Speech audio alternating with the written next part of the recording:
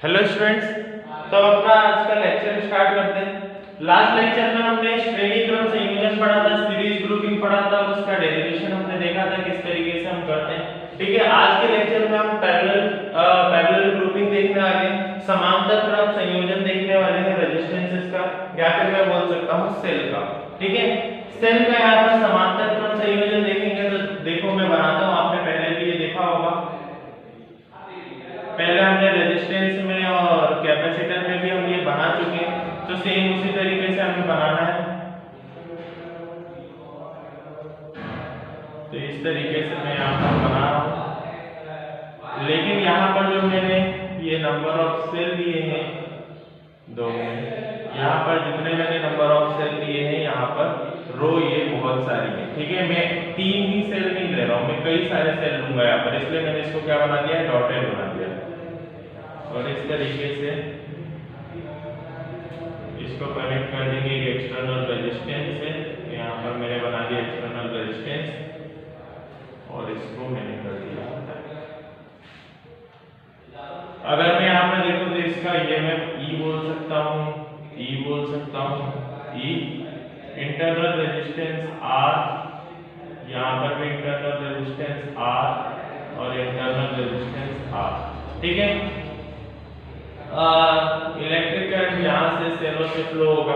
अब इस संयोजन में क्या है, हमें क्या दिख रहा है यहाँ पर इस संयोजन में, तो ये हमें स्पष्ट दिख रहा है कि यहाँ पर जो सेल है, सेल के जो यहाँ पर पॉजिटिव टर्मिनल्स हैं वो सब एक एंड पर जुड़े हुए हैं और नेगेटिव टर्मिनल्स एक एंड पर जुड़े हुए हैं। और इसी टाइप की ग्रुपिंग को, इसी टाइप के संयोजन को हम समांतर क्रम संयोजन बोलते हैं। हिंदी में यहाँ पर लिखा हुआ है, सेलों के इस समांतर क्रम संयोजन में समस्त सेलों के धन ध्रुवों को एक बिंदु A से तथा ऋण ध्रुवों को दूसरे बिंदु B से जोड़कर A और B के बीच बाह्य प्रतिरोध R को जोड़ देते हैं। ठीक है, यहाँ पर सिंपली हमने क्या बोला है कि हम यहाँ पर क्या कर रहे हैं, सारे पॉजिटिव टर्मिनल्स को मतलब धन ध्रुवों को एक पॉइंट से जोड़ देते हैं। इस पॉइंट को हमने नाम दिया है A, तो मैं भी नाम दे देता हूँ A। और यहाँ पर सभी के जो ऋण ध्रुव है माइनस टर्मिनल से, नेगेटिव टर्मिनल से, उनको मैं दूसरे पॉइंट पर जोड़ देता हूँ, जिसे मैं क्या नाम देता हूँ B।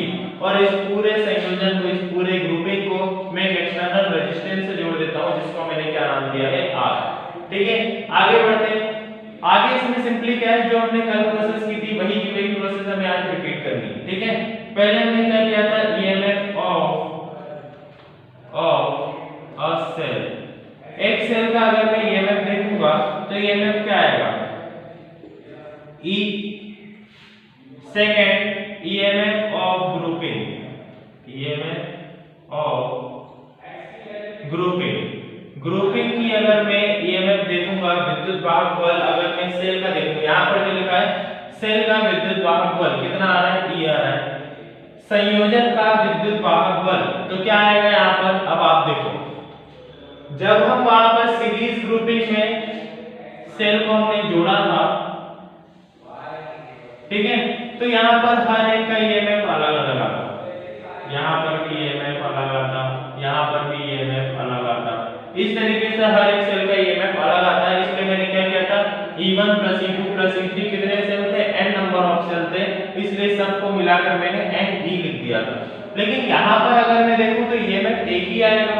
कैसे एक आएगा, विद्युत वाहक बल एक कैसे आएगा, क्योंकि वो हमेशा यहाँ पर निकाला जाएगा। मतलब A और B पर यहाँ से जैसे इलेक्ट्रिक करंट गया है, यहाँ पर जो ईएमएफ इसका बन रहा है, इन तीनों का ईएमएफ हमें इन दो एंड्स के बीच में मिलेगा। ठीक है, आप जानते हो विभवांतर ईएमएफ, विद्युत वाहक बल भी एक तरीके का विभवांतर ही है। ठीक है, EMF is a kind of potential difference. जब हमें ये पता है तो हम आसानी से समझ सकते हैं कि पोटेंशियल डिफरेंस हमेशा कहाँ निकाला जाता है, दो पॉइंट्स के बीच में। तो अगर मैं इन तीनों सेल का या फिर जितने भी सेल होंगे उन सब का A और B के बीच में निकाल लूं तो कोई दिक्कत नहीं। तो इसका ईएमएफ क्या आएगा, E ही आएगा। इसलिए मैं यहाँ पर ईएमएफ क्या दे देता हूँ, इसका E। ठीक है, अगर ये समझ में नहीं आया है तो बताना, मेरे हिसाब से समझ में आ गया होगा। हम सिर्फ सीरीज में क्या करते थे, देखो जब सीरीज ग्रुपिंग हम करते हैं तो यहाँ पर सेल के दो पॉइंट्स कौन से हो जाते हैं, ये इन दो पॉइंट से ये कनेक्टेड है। यहाँ पड़ जाते हैं तो इसके 2 पॉइंट्स ये हो जाते हैं, इसके 2 पॉइंट्स ये हो जाते हैं। लेकिन जब पैरेलल में समांतर क्रम संयोजन में आते हैं तो इन सब के अलग अलग पॉइंट्स नहीं है, ये सब एक ही संयोजन में, और ये किससे जुड़े हुए हैं, 2 पॉइंट्स से जुड़े हुए हैं जिन्हें हम ए और बी बोल रहे हैं। ठीक है, तो इसलिए इनकी जो ग्रुपिंग का ईएमएफ है वो भी कितना आएगा, ई आएगा। आगे देखते हैं। अब हम इसके बाद क्या करते थे, ग्रुपिंग का ईएमएफ निकालने के बाद हम करते थे इंटरनल रेजिस्टेंस। तो टोटल इंटरनल रेजिस्टेंस, यहाँ पर मैं लिख देता हूँ total EMF of grouping, total internal resistance, internal resistance. ठीक है, टोटल इंटरनल रेजिस्टेंस देखते हैं तो यहाँ पर अब क्या आ जाएगा, हम किससे रिप्रेजेंट करते थे, 1 अपॉन में आर डैश से। अब मैं 1 अपॉन में आर डैश क्यों ले रहा हूँ, क्योंकि जब मैं सीरीज करता हूँ, series grouping of resistance, resistance की जब हम सीरीज ग्रुपिंग करते हैं, आपने 10th में भी करी होगी, मैंने इससे पहले भी कराई थी। सीरीज ग्रुपिंग ऑफ जब रेजिस्टेंस करते हैं तो वहां पर क्या आता है, R R1 plus R2 plus R3 कहां तक, Rn तक। ये हमारा फॉर्मूला बनता है। जब पैरेलल ग्रुपिंग ऑफ रेजिस्टेंस करते हैं, पैरेलल ऑफ रेजिस्टेंस, तो हमारा फॉर्मूला क्या होता है, 1 अपॉन में R इक्वल टू 1 अपॉन में R1 प्लस 1 अपॉन में R2 प्लस 1 अपॉन में R3। कुछ इसी तरीके का फॉर्मूला बनता है। इसलिए पैरेलल में हमेशा रेजिस्टेंस रेसिप्रोकेट रहता है, तो इसलिए मैंने यहाँ पर क्या लिखा है, 1 अपॉन में R dash is equal to, सबका इंटरनल रेजिस्टेंस निकालूंगा तो 1 अपॉन में R प्लस 1 अपॉन में R प्लस 1 अपॉन में R प्लस कहां तक, n तक। कहां तक जाएगा, ये n तक जाएगा। इसलिए मैं इसको सिंपलीफाई करके ऐसा लिख सकता हूं,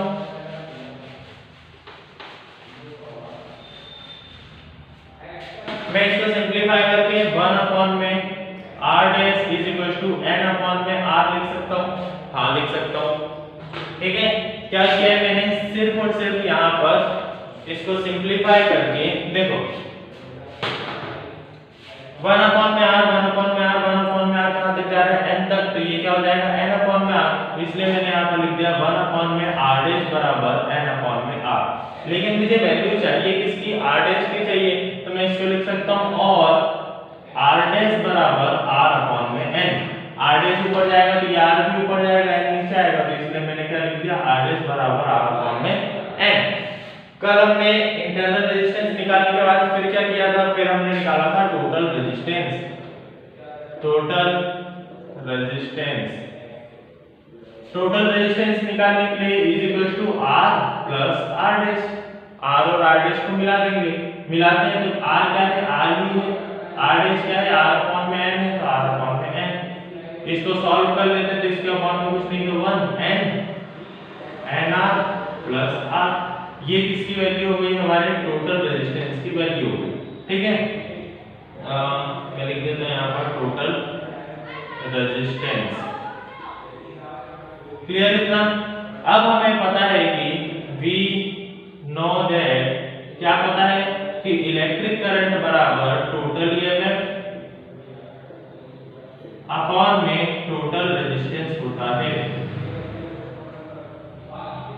क्या होता है, इलेक्ट्रिक करंट विद्युत धारा के बराबर क्या होता है, कुल विद्युत वाहक बल अपॉन में कुल प्रतिरोध। तो यहाँ पर हम वैल्यूज पुट कर दें, कुल ईएमएफ मतलब कुल विद्युत वाहक बल, टोटल ईएमएफ क्या हो जाएगा, E। तो मैं यहाँ पर रख देता हूँ I is equal to E upon में टोटल रेजिस्टेंस क्या है, तो ये रहा, तो मैं रखता हूँ यहाँ पर N R plus R upon में N।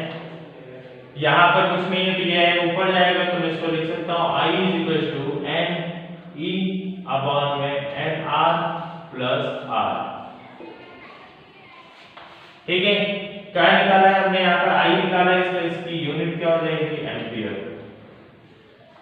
आया समझ में। तो ये था हमारा पैरेलल ग्रुपिंग ऑफ रेजिस्टेंस, या फिर मैं बोल सकता हूँ पैरेलल ग्रुपिंग ऑफ सेल। यहाँ पर हमने इंटरनल रेजिस्टेंस की बेसिकली ग्रुपिंग की थी, सेल की ग्रुपिंग की थी, और इंटरनल रेजिस्टेंस हम यहाँ पर निकाल सकते हैं, उसका रिलेशन हम यहाँ पर देख सकते हैं कि मैक्सिमम करंट हमें सेल की ग्रुपिंग में कितना मिल रहा है। ठीक है, तो यहाँ पर एक बार मैं बता देता हूँ क्या क्या आपको करना है, हिंदी मीडियम के तरीके से भी समझा देता हूँ। सबसे पहले जो स्टेप्स है वो सारी कॉमन है। आप सबसे पहले एक सेल के ईएमएफ निकालोगे, उसके बाद ये पूरी ग्रुप का ईएमएफ निकालोगे, टोटल इंटरनल रेजिस्टेंस निकालोगे, मतलब आंतरिक प्रतिरोध आप निकालोगे पूरा, तो 1/r' हमने निकाल लिया। उसके बाद आप टोटल रेजिस्टेंस मतलब कुल प्रतिरोध निकालोगे, और प्रतिरोध निकालने के बाद आप सिंपली एक फॉर्मूले में पुट कर दोगे, जो कि फॉर्मूला हमने पढ़ा था, electric current is equal to total EMF upon में टोटल रेजिस्टेंस। ठीक है, इस फॉर्मूले में हमें पुट करना है और लास्ट में हमारा आंसर आ जाएगा। हमने इस ग्रुपिंग में क्या किया, हमने तीन सेल्स को नहीं n नंबर ऑफ सेल्स को हमने यहाँ पर कनेक्ट किया है, बस मैंने यहाँ पर डॉटेड बना दिया, इसका मतलब ये कहीं नीचे तक जाएगी। ठीक है, तो यहाँ पर n नंबर ऑफ सेल्स को हमने कनेक्ट किया है। सबसे पहले मैं विद्युत वाहक बल एक सेल का देखता हूँ, तो वो कितना आता है E। हिंदी मीडियम वाले जो मैं बोल रहा हूँ वो नोट करते जाना। एक सेल का विद्युत वाहक बल कितना हो जाएगा E। कुल विद्युत वाहक बल संयोजन का कितना हो जाएगा E। क्यों हो जाएगा, क्योंकि यहाँ पर अगर मैं इन दो एंड्स के बीच में, इन दो अंकों के बीच में अगर मैं देखूंगा तो ईएमएफ क्या आ रहा है, सिंगल ईएमएफ ही आ रहा है, जिसको हम क्या बोल रहे हैं E। अब इसके बाद कुल आंतरिक प्रतिरोध जब हम निकालेंगे, तो मैंने आपको बताया कि पैरेलल में हम क्या करते हैं, 1/r में लेते हैं रेजिस्टेंस को, तो 1/r' बराबर 1/r कहां तक जाएगा n, तो n/r। क्लियर है। r' की अगर मुझे वैल्यू निकालनी है तो मैं r' को ऊपर भेजूंगा, 1 को नीचे लेके आऊंगा, वैसे ही r ऊपर जाएगा और n नीचे आएगा, तो हमने यहाँ पर लिख दिया r' r/n। हमें r' की वैल्यू मतलब आंतरिक प्रतिरोध की वैल्यू हमें मिल गई है, इंटरनल रेजिस्टेंस की वैल्यू मिल गई है। अब हम देखते हैं कि इस पूरे सर्किट में कुल प्रतिरोध कितना है। तो कुल प्रतिरोध निकालने के लिए सबसे पहले तो इसका पूरे का इंटरनल रेजिस्टेंस प्लस ये बाहर वाला रेजिस्टेंस, तो मैंने बाहर वाला रेजिस्टेंस प्लस इंटरनल रेजिस्टेंस दोनों का सम कर दिया, दोनों का जोड़ कर दिया। तो यहाँ पर r' की वैल्यू क्या थी, r/n, तो मैंने यहाँ पर r/n रखी, दोनों का एलसीएम लिया तो क्या है n का इधर मल्टीप्लाई 1 का इधर मल्टीप्लाई, n का इधर हुआ तो n कैपिटल R प्लस 1 का इधर हुआ तो स्मॉल r। हमें पता है, क्या पता है कि इलेक्ट्रिक करंट जो होता है वो किसके बराबर होता है, कुल विद्युत वाहक बल अपॉन में कुल प्रतिरोध। तो दोनों की वैल्यू रखी, कुल विद्युत वाहक बल क्या था हमारा E था, तो हमने E रख दिया। कुल प्रतिरोध क्या था हमारा nr प्लस r अपॉन में n था, तो हमने वो रख दिया। ये n ऊपर जाएगा, ये इसके 1 से मिलेगा, तो ये क्या हो जाएगा, n ऊपर गया तो n ही नीचे वाला ऐसे जैसे nr प्लस r। यहाँ पर आ गया हमारा आंसर। अगर आपको इस पूरे डेरिवेशन में ग्रुपिंग में कोई भी डाउट हो तो आप लोग पूछ सकते हैं। ठीक है, आप लोग इसमें पूछ सकते हैं और ग्रुप में आप सेंड कर देना, तो मैं आपको अगले वीडियो में उसको डिफाइन कर दूंगा। नेक्स्ट वीडियो में हम मिक्स्ड ग्रुपिंग ऑफ सेल लेने वाले हैं। आई होप इस वाले वीक में हमारा ये वाली यूनिट भी खत्म हो जाएगी, सेकेंड यूनिट, और फिर हम थर्ड यूनिट की तरफ बढ़ेंगे। Thank you.